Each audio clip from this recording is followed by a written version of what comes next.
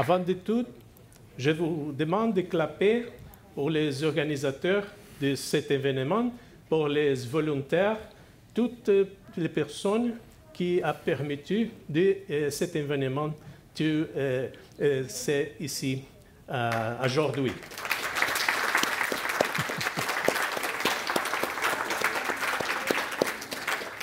Opa. E agora nós vamos falar desse tema bastante apaixonante. Nous allons donc aborder maintenant ce thème passionnant Que a gente espera que em curto prazo comece a dar algum resultado. et nous espérons qu'à court terme, il va commencer à donner quelques résultats.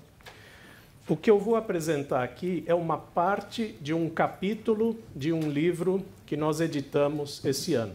Ce que je présente ici, c'est la partie d'un chapitre d'un livre que j'ai édité cette année. Eu vou distribuir para vocês um folheto que fala deste livro. Je vais vous distribuer un feuillet qui parle de ce livre. A gente começa dizendo que a ciência é um campo em constante evolução. On commence à dire, je vais commencer par l'affirmation que la science est un domaine qui est en constante évolution.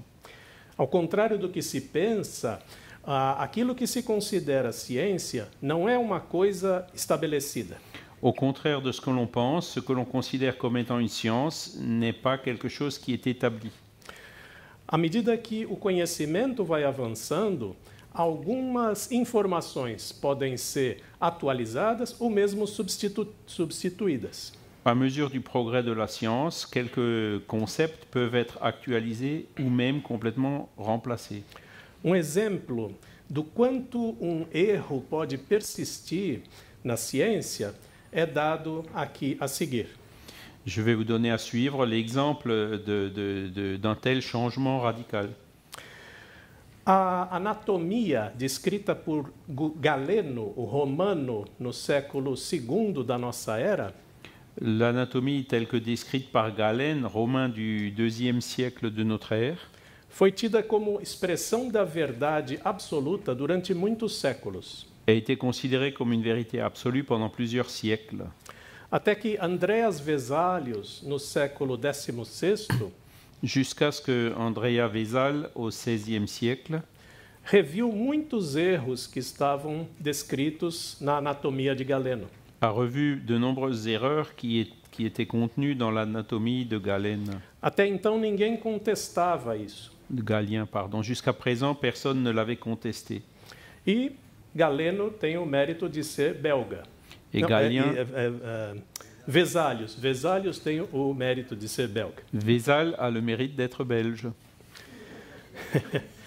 Por isso, nós falamos aqui de mudança de paradigma. Nous parlons ici de changement de paradigme. Esse termo, paradigma e mudança de paradigma, foi introduzido por Thomas Kuhn em 62. Ce terme paradigme et changement et l'expression changement de paradigme ont été introduits par Thomas Kuhn en 1962. E ele descreveu como é que a ciência muda do seu modo de pensar e agir. Et il a montré comment la science change dans sa manière de penser et d'agir. O paradigma significa modelo que engloba o que pode ser estudado pela ciência e como deve ser estudado. Le paradigme, c'est un modèle qui englobe qu'est-ce qui doit être étudié par la science et comment ça doit être étudié.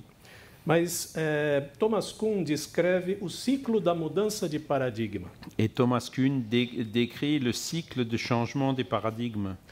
Em determinado momento, esse modelo que é considerado pronto começa a oscilar. À un moment donné, un modèle qui est considéré comme étant établi commence à vaciller. Alguns dados anômalos começam a aparecer em pesquisas científicas. Quelques données anomales commencent à apparaître dans les recherches scientifiques. São dados que não podem ser explicados pelo modelo existente. Ce sont des données qui ne peuvent pas être expliquées par le modèle existant. Em outro momento, esse modelo entra em crise, Un peu plus tard, ce modèle entre en crise na medida em que essas anomalias vão se acumulando mais e mais. dans la mesure où ces anomalies se multiplient. Então, o modelo entra em uma crise e isso leva a uma revolução do pensamento. Le modèle entre donc dans une crise et cela mène à une révolution au niveau de la pensée. As ideias, os conceitos são reavaliados e readaptados. Les idées, les concepts sont réévalués et réadaptés.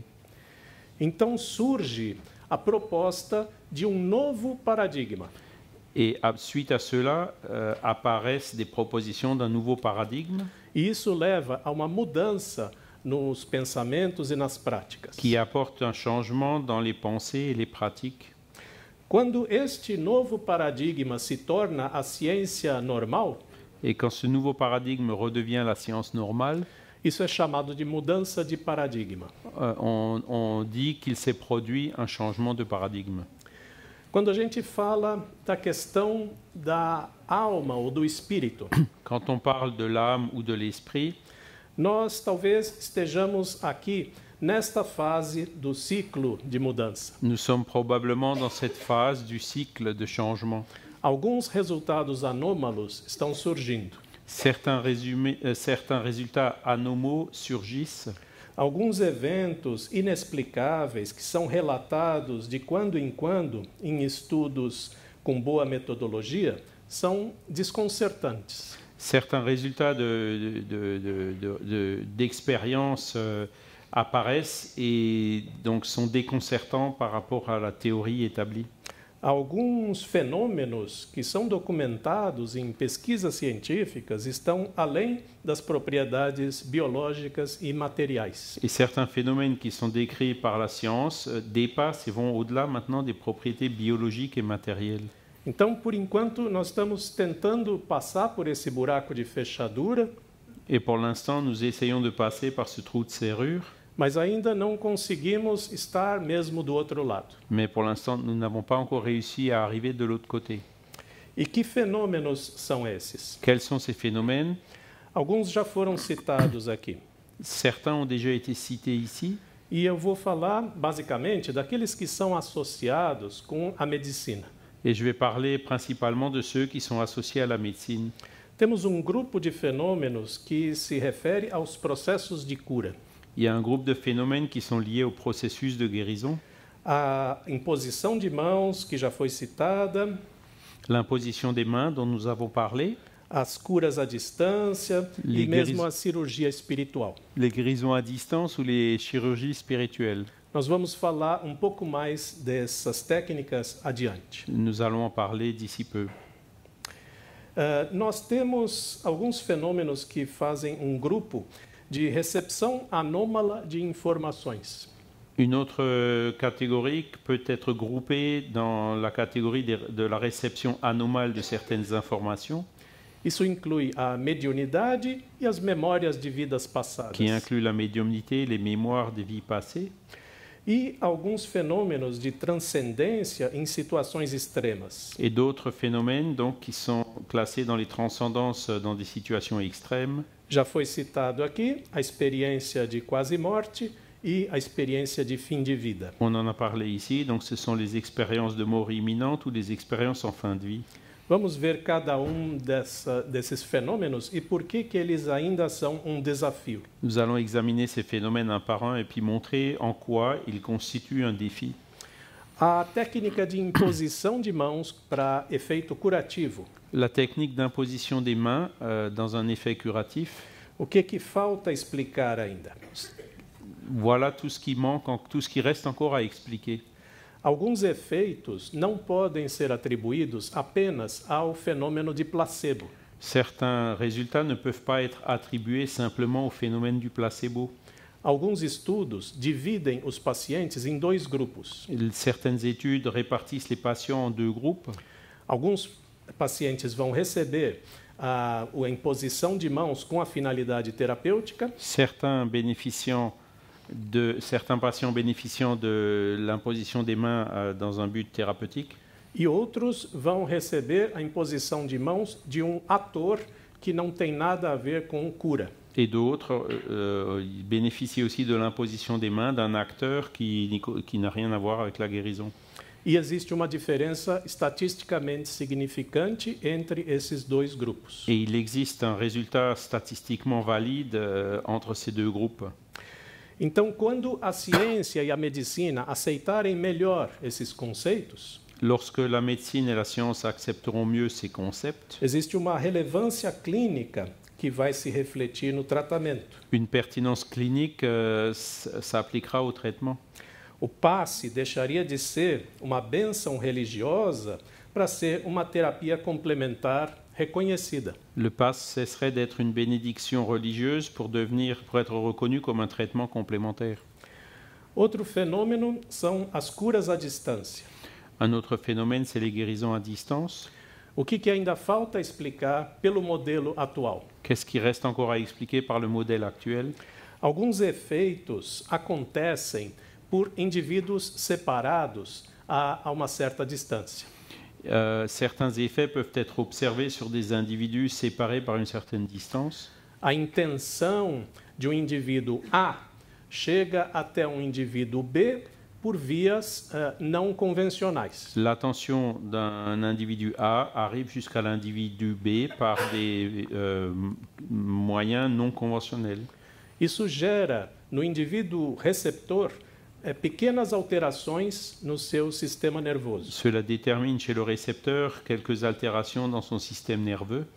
E essas alterações coincidem com o momento em que o emissor, essa pessoa A, está direcionando a sua intenção para B. Qui correspondent exactement au moment où la personne A dirige ses intentions vers la personne B.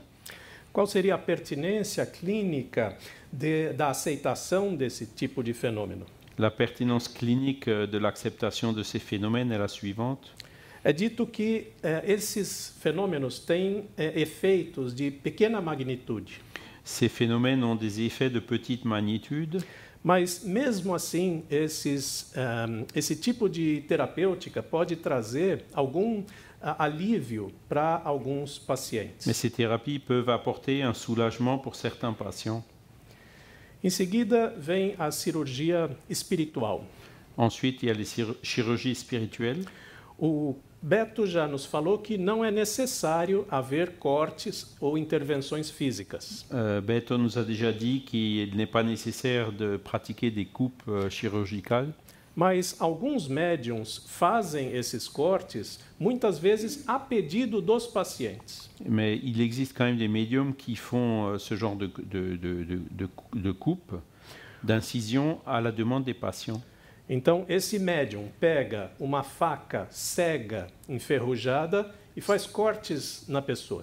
Ce médium, donc, il prend un couteau rouillé et non aiguisé pour faire des incisions dans la personne. E, em muitos casos, a doença desaparece. Et souvent, la maladie disparaît. Poderíamos pensar que se trata do efeito placebo apenas. On peut penser qu'il ne s'agit que de l'effet placebo. Mas o que falta explicar é que o paciente não sente dor e fica relaxado durante o procedimento. Mais ce qui reste à expliquer, c'est pourquoi le patient ne ressent pas de douleur et reste tout à fait calme pendant l'opération. O sangramento também é mínimo e não existe infecção ou complicação após o procedimento. Il n'a pas de saignement et ni d'infection ou de complications suite à ce procédé. Quando a ciência e a medicina aceitarem melhor esses conceitos, Quand la science et la médecine accepteront mieux ces concepts, essa cirurgia espiritual vai ser uma chance, pelo menos para as doenças graves, para as quais a medicina não tem alternativas.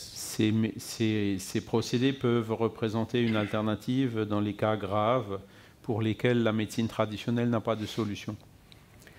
Outra questão que falta explicar pelo modelo atual é a mediunidade. Une autre question qui n'est pas expliquée par le modèle actuel, c'est la médiumnité. Alguns textos examinados por pesquisas científicas mostram que o conteúdo é acurado. Certaines recherches qui ont été faites dans le domaine médiumnique par des recherches scientifiques montrent que le contenu des messages médiumniques est précis. O médium não teria como saber aquelas informações por meios convencionais e, mesmo assim, ele as descreve. Le médium n'a aucun moyen de connaître ces informations de façon conventionnelle et même ainsi, il arrive à les décrire de façon précise. Outra coisa que falta explicar é a neurofisiologia da mediunidade. Une autre chose qui reste à expliquer, c'est la neurophysiologie de la médiumnité. Durante o transe mediúnico, existe acionamento de algumas áreas do cérebro. Pendant la transe médiumnique, certaines zones du cerveau sont activées.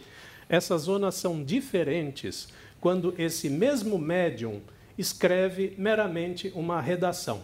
Qui sont des zones complètement différentes de celles qui sont activées lorsque le médium ne fait qu'écrire une rédaction, par exemple. Por isso, o médium não está usando as áreas que ele usaria para escrever uma simples redação. Et donc le médium utilise des zones différentes que celles qu'il utilise quand il fait cette simple rédaction.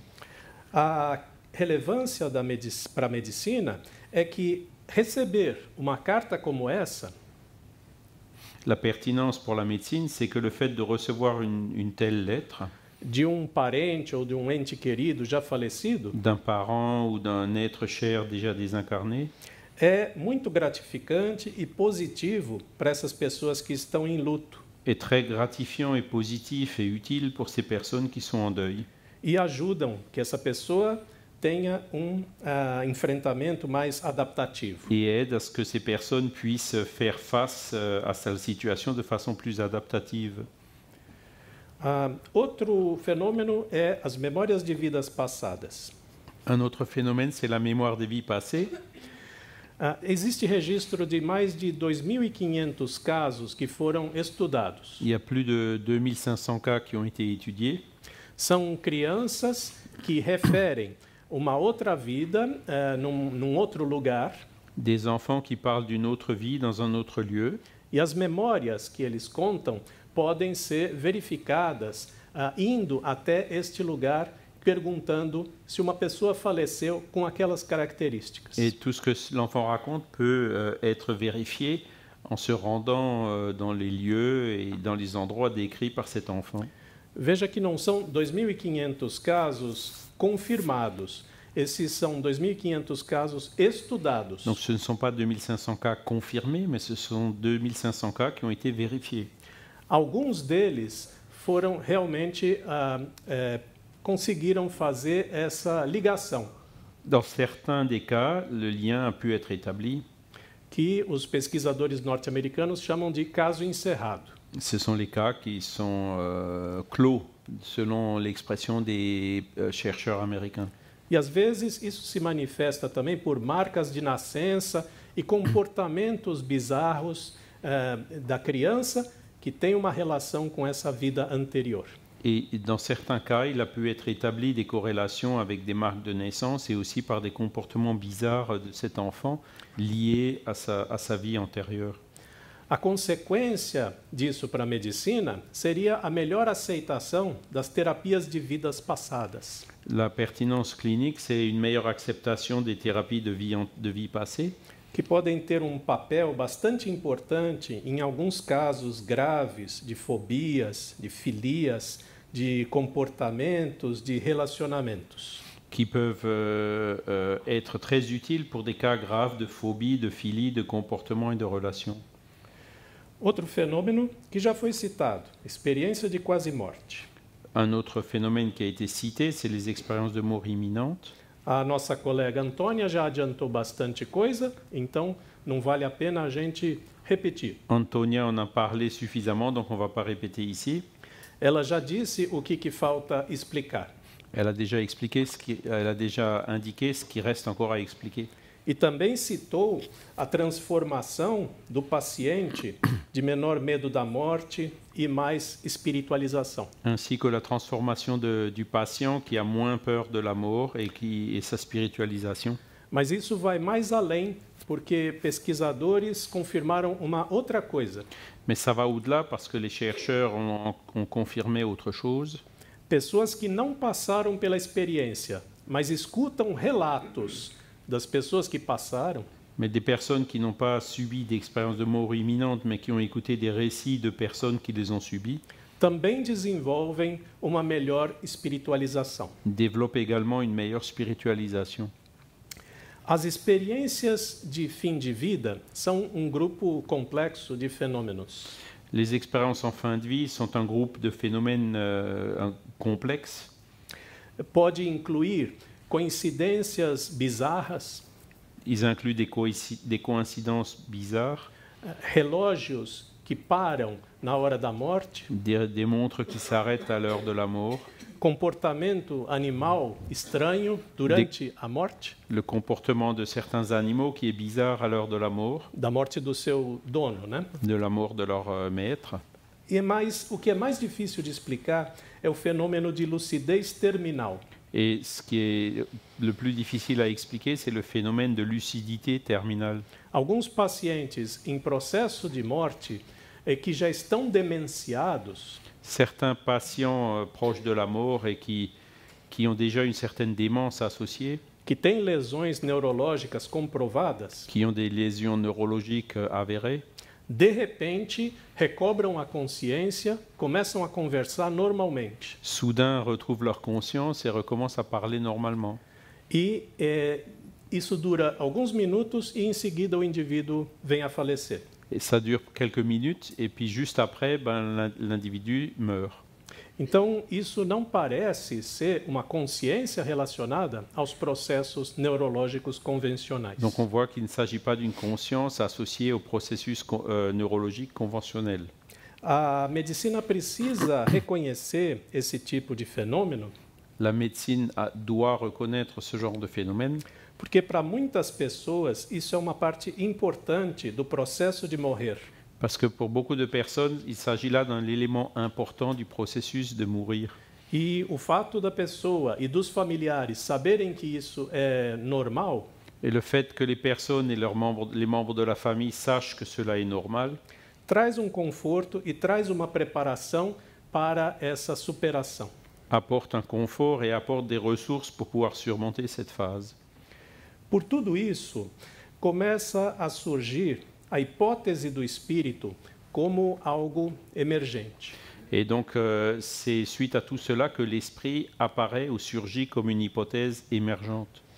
Isso é chamado ainda por um nome mais científico, melhor do que espírito. Pour l'instant, on utilise un nom scientifique qui est meilleur que le mot esprit. Os pesquisadores falam em possibilidade da consciência independente do corpo. Les spécialistes parlent de la possibilité d'une conscience indépendante du corps. Então, nesse conceito, a mente seria algo separado do cérebro, podendo existir fora dele. Qui dit que l'esprit est une entité distincte du cerveau et qui peut agir en dehors de lui.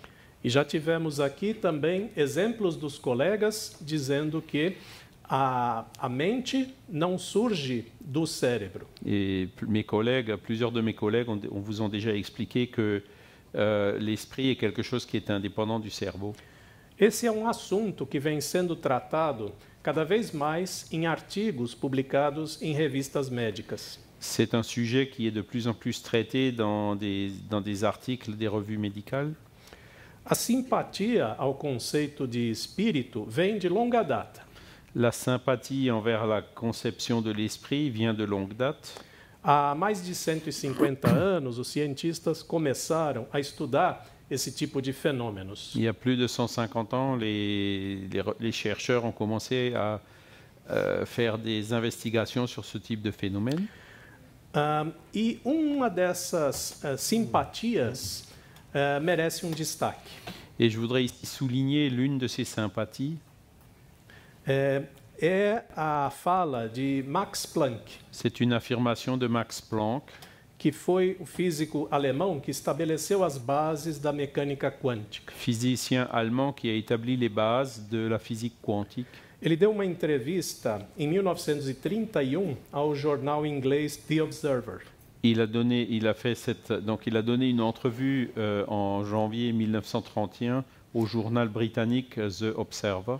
O repórter perguntou: você considera que a consciência possa ser explicada em termos da matéria e suas leis?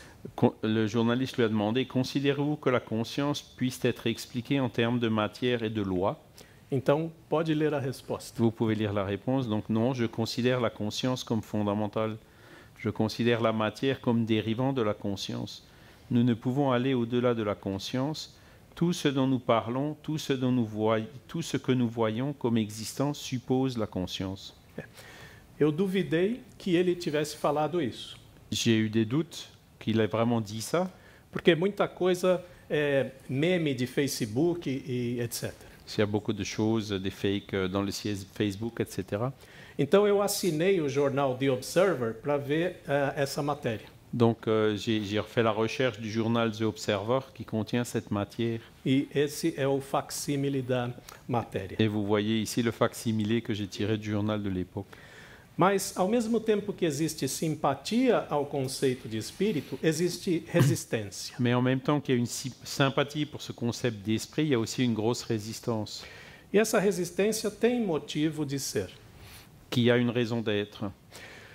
Esses fenômenos atribuídos ao espírito são escassos e irregulares. C'est la rareté et l'irrégularité des phénomènes attribués à l'esprit.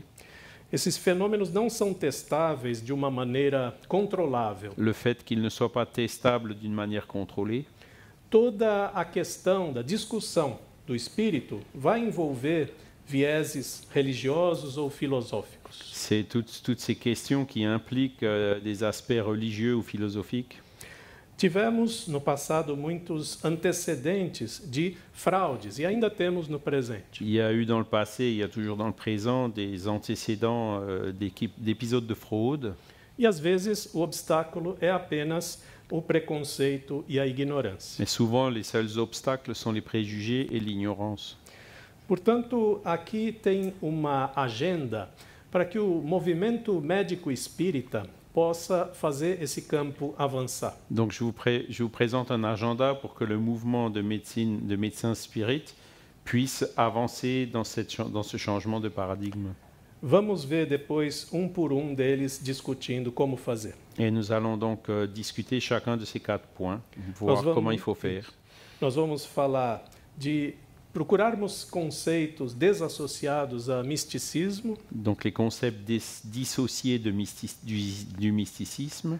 Como podemos avançar na física envolvida nesses fenômenos. Nous allons aussi avancer dans la physique impliquée dans ces phénomènes. Conhecer os fatores que fazem com que esse fenômeno às vezes se manifeste, às vezes não. Connaître les facteurs qui font de sorte que ces phénomènes parfois se manifestent et parfois ne se manifestent pas. E fazer uma trégua com os céticos materialistas. Et faire une trêve avec les sceptiques matérialistes. Em primeiro lugar, estes conceitos desassociados de religião, de misticismo. On va commencer donc par ces concepts dissociés du mysticisme. O Carlos Beto nos falou aqui dos fluidos e do magnetismo. Carlos Alberto nous a parlé ici des fluides et du magnétisme. Porque foi assim que foi escrito por Kardec. Parce que c'est ainsi, ce sont les termes utilisés par Kardec. E isso pode ser apresentado para uma plateia receptiva de mente aberta. Et ça peut être utilisé pour un public qui est réceptif et qui a l'esprit ouvert. Mas eu não posso chegar numa universidade ou num instituto de pesquisa usando esses termos. Mais je ne peux pas utiliser ces mêmes termes dans une université ou dans un centre de recherche. Na época de Kardec, há 160 anos atrás, esses termos eram científicos. À l'époque de Kardec, il y a 160 ans, ces termes étaient scientifiques. Quando se falava em fluidos, magnetismo, sonambulismo, estava se falando de uma coisa que hoje é interpretada de outra forma. En parlant de fluide, de magnétisme et de somnambulisme, on parlait de choses qui aujourd'hui sont interprétées différemment. Então nós temos que procurar sinônimos que sejam aceitáveis pela ciência e até pegando alguma carona na mecânica quântica. Il faut donc utiliser des termes adaptés, actuels, et aussi ajouter certains éléments qui proviennent de la mécanique quantique. A gente ainda não tem esses termos. On n'a pas encore ces mots. É uma coisa que precisa ser desenvolvida por uma força-tarefa. Ça reste à être développé par le travail. Pensando também nos mecanismos e a física envolvida nesses fenômenos. Quand on réfléchit aux mécanismes et à la physique impliquée dans ces phénomènes, O que nós podemos dizer é que esses fenômenos espirituais não têm uma natureza eletromagnética. ce qu'on peut dire, c'est que ces phénomènes de nature spirituelle ne peuvent pas être détectés de façon électromagnétique. Porque todo o nosso equipamento atual de pesquisa se baseia na detecção eletromagnética. Parce que tous nos équipements de détection sont basés sur des phénomènes électromagnétiques. E se esses fenômenos fossem eletromagnéticos, nós já teríamos detectado o espírito e as energias. Si ces phénomènes étaient électromagnétiques, nous aurions déjà réussi à détecter l'esprit et puis les énergies associées. Então, nós temos a obrigação de explorar as teorias existentes. Donc le travail consiste à explorer les théories existantes. Uma delas é desses autores, Hameroff e Penrose. Une approche a été réalisée par ces auteurs qui sont Hameroff et Penrose, que falam de eventos quânticos nos microtúbulos de neurônios. qui parle d'événements quantiques dans les microtubules des neurones. O Carlos Beto falou disso na sua apresentação, quando mostrou os microtúbulos no interior dos neurônios. Donc Carlos Alberto en a parlé quand il a fait sa présentation en présentant ces microtubules à l'intérieur des neurones. E segundo essa teoria, a consciência seria gerada por fenômenos quânticos nessas estruturas. Et donc selon cette théorie, les phénomènes seraient générés par des phénomènes quantiques au niveau de ces microtubules. La conscience serait transmise par des événements quantiques dans les microtubules. É uma teoria que não tem a aceitação universal dos cientistas. C'est une théorie qui n'est pas encore acceptée universellement par les scientifiques. Então, nós precisamos desenvolver esse conceito de uma forma que possa ser inquestionável. Il faut donc développer ce concept pour le rendre inquestionnable. Temos aqui também uma obrigação de conhecer os fatores interferentes. Il faut aussi connaître les facteurs d'interférence.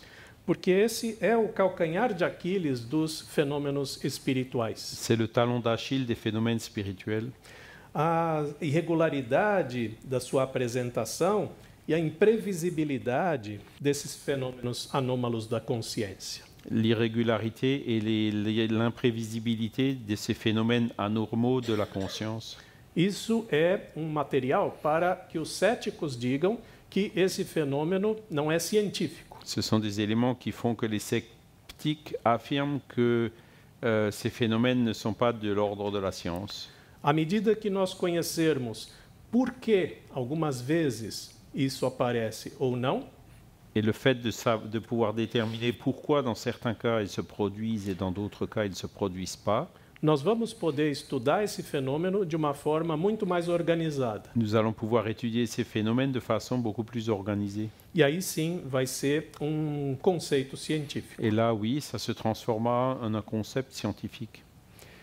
A trégua com os céticos materialistas. La trêve avec les sceptiques matérialistes. Alguns indivíduos que sejam materialistas podem ter a mente aberta para o diálogo.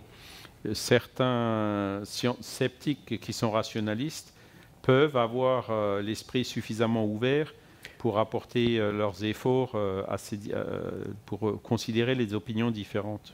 E essas opiniões diferentes podem nos dizer onde é que nós estamos errando. Et ces opinions différentes peuvent dire où est-ce que nous nous trompons. Portanto, nós podemos aprender com estes opositores. On peut donc apprendre grâce à ces opposants.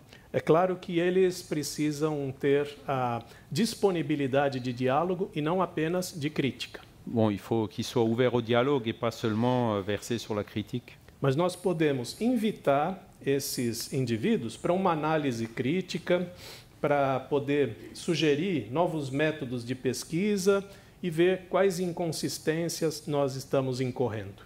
On peut quand même les inviter à critiquer, à suggérer des méthodes alternatives pour identifier les incohérences qui nous divisent. Para encerrar esta apresentação, talvez a gente precise ainda depender de um avanço da tecnologia. Pour terminer avec cette présentation, nous avons encore besoin probablement d'une avancée de la technologie. A tecnologia de hoje consegue dizer com muita clareza o que as escrituras têm de errado. La technologie d'aujourd'hui peut déterminer de façon très claire dans les Écritures ce qui est vrai, de ce qui est certain, de ce qui est faux. Com o conhecimento atual, eu posso afirmar que o mundo não foi criado em 6 dias. La connaissance actuelle me permet d'affirmer que le monde n'a pas été créé en 6 jours. Eu posso afirmar que o sol não parou no céu para que os hebreus ganhassem uma batalha. Et que le soleil ne s'est pas arrêté au milieu du ciel pour permettre aux Hébreux de gagner une bataille. E assim eu vou negando muitos trechos das Escrituras. Et donc, comme ça, on arrive à contredire beaucoup des passages de l'Évangile, des Écritures, pardon. Porém, é possível que no futuro, com o avanço da tecnologia, mais il est possible que demain, avec l'avancée de la technologie, eu consiga identificar nas Escrituras o que existe de certo. J'arrive à identifier dans les Écritures aussi tout ce qui est correct et certain. Com o desenvolvimento do conhecimento humano, eu posso, talvez, encontrar Deus. Avec le développement de la connaissance humaine, nous pouvons, par exemple, retrouver Dieu. Eu posso, talvez, dizer que existe o Espírito. Je peux aussi déterminer que l'esprit réellement existe. Então, a nossa esperança é que Deus e toda a espiritualidade seja apresentada pela ciência. Notre espoir, c'est d'arriver au fait que Dieu et que la spiritualité soient présentés par la science. Assim é que a gente vai conquistar uma mudança de paradigma e poder entrar numa nova era da humanidade. C'est ainsi que nous arriverons à un changement de paradigme et à faire que l'humanité entre dans une nouvelle ère. Então fica aqui um sonho para o futuro. Donc là, vous avez un rêve pour le futur. Em que o movimento médico espírita possa contribuir efetivamente para uma mudança de paradigma. Pour que l'association de médecine et spiritualité puisse de façon effective contribuer à ce changement de paradigme à venir. Esse fica como um desejo, um sonho, e eu agradeço a todos pela atenção. Un désir et un rêve, et donc je vous remercie tous pour votre attention.